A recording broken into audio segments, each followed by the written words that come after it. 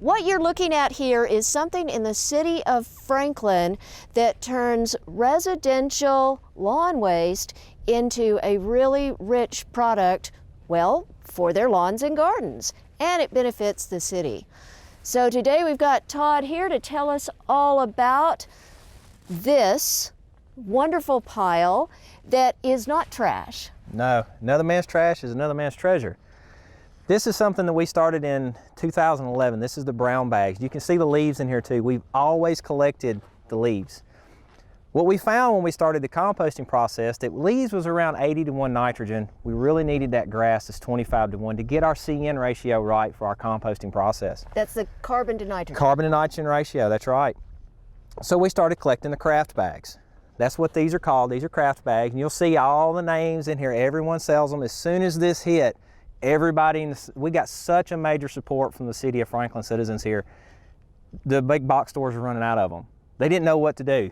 All right, so I'm a responsible homeowner. I've got my paper sacks here. What can I put in them? You can put anything in your yard, such as head clippings, pine straw, grass, and leaves. That's mainly our feedstocks of what we take here. Between October 1st and January 31st, we'll actually do curbside leaf collection. Our leaf vac trucks will go and actually remove the leaves from your lawn. That saves the homeowners a little bit of money. They don't have to buy bags. It'd be several bags if they had to bag their leaves up in these things. So this process sounds really quite simple. On the homeowner's side, what has been your response from people? We only got maybe 300 tons of these our first year. We average about right at 1,500 tons now a year of just craft bags. Bag grass, bag leaves, year-round collection. A lot of our citizens actually have moved here. They've migrated here from towns that actually had compost facilities. This is relatively new in this area. There's only probably a handful of compost facilities actually in this state, where when you go to towns such as Atlanta, even up in states as Wisconsin, there'll be 4 or 5 in each town.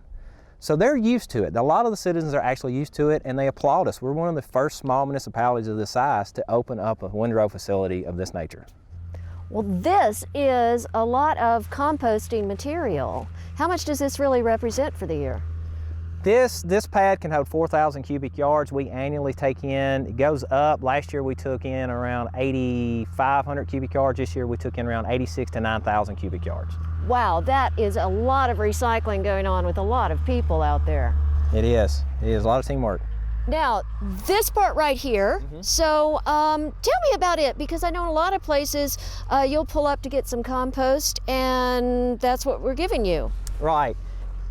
Anytime you go to a compost facility, if you can physically see anything in there that you can recognize that is known as a feedstock, such as leaves, grass, branches, weeds, Bermuda grass, anything to that nature, it's not compost, it's not finished. It could be stable, but that doesn't make it mature. You need both. The road just past this one is done, it's finished, it's stable and mature. We're letting it cure. What that does is that's going to get rid of all your non-beneficial microbes that made the compost.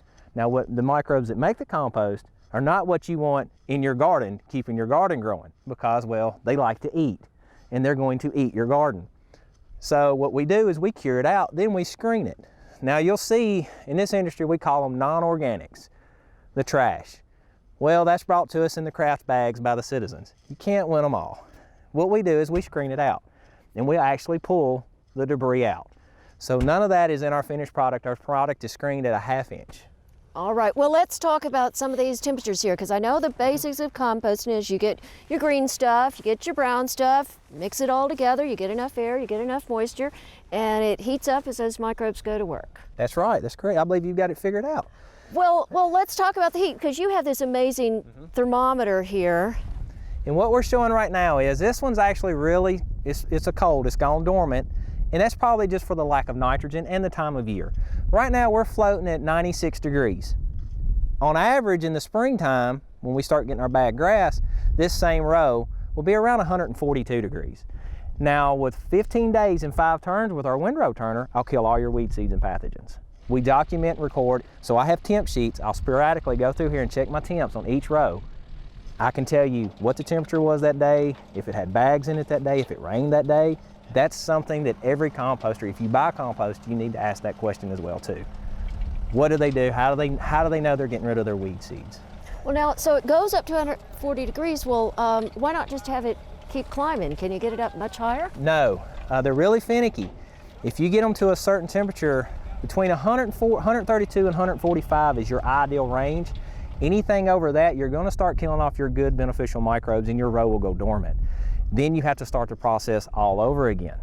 So what we try to do is we try to keep a perfect blend of greens, nitrogen, and carbons. But to build a proper windrow, you have to be 50% moisture rating, 35% porosity, which is free airspace, and I got to have 10% oxygen. Got to have that to make that windrow climb up to that temperature. Wow, okay, so it gets up to that temperature. How long is it going to stay there? It'll stay, what we call that temperature is the thermophilic phase. Thermo, hot. It'll stay there probably for around 4 to 6 weeks. Then it'll start dropping into what we call the mesophilic phase. When your temperatures start dropping, you know your compost process is actually working. Then it'll go down to the cyclophilic phase, which this row is at right now. Doesn't mean it's finished though, because you can actually still visibly see material in it. What we'll do is we'll add nitrogen back to it, kick it right back up, finish this row out. All right, well let's go take a look at some of the next stages and see how it starts to look as it gets finished. That'll be just fine. So this newly turned windrow now is about, what, 3 weeks or so? 3 to 4 weeks away from being done, yeah. Okay, so I can see now that it indeed doesn't have all those big hunks of leaves in it, that it needs a little screening to get rid of a few things in there. And it feels a little warm yet from being turned. So it's going to finish out. It'll finish out in about 3 to 4 weeks. We'll screen it out and then we'll sell it. Well, Todd, this is the final product and it's just beautiful. So if I come out here with a truck, what am I going to pay for this great stuff? You'll pay $20 a yard for it, and we'll load trucks, trailers, and dump trucks. Wow, that is a great price. Now, for residents, this is really a win-win because they got rid of their leaves in the fall and their yard clippings throughout the year, and now they're getting this nice rich compost at the end, and they can start the process all over again. But what about for the city? What's in it for the city?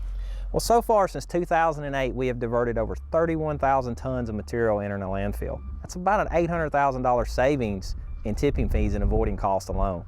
We started selling this in 2011 to kind of make up the cost of a TDEC permit, fuel for our leaf vac trucks.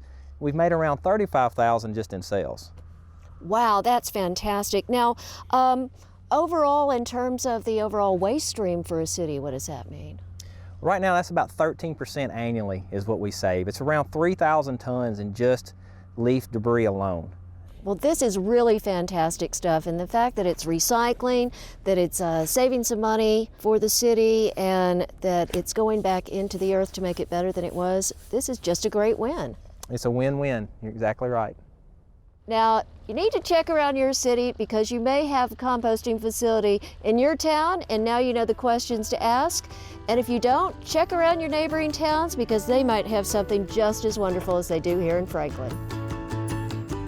For inspiring garden tours, growing tips, and garden projects, visit our website at volunteergardener.org or on YouTube at the Volunteer Gardener channel, and like us on Facebook.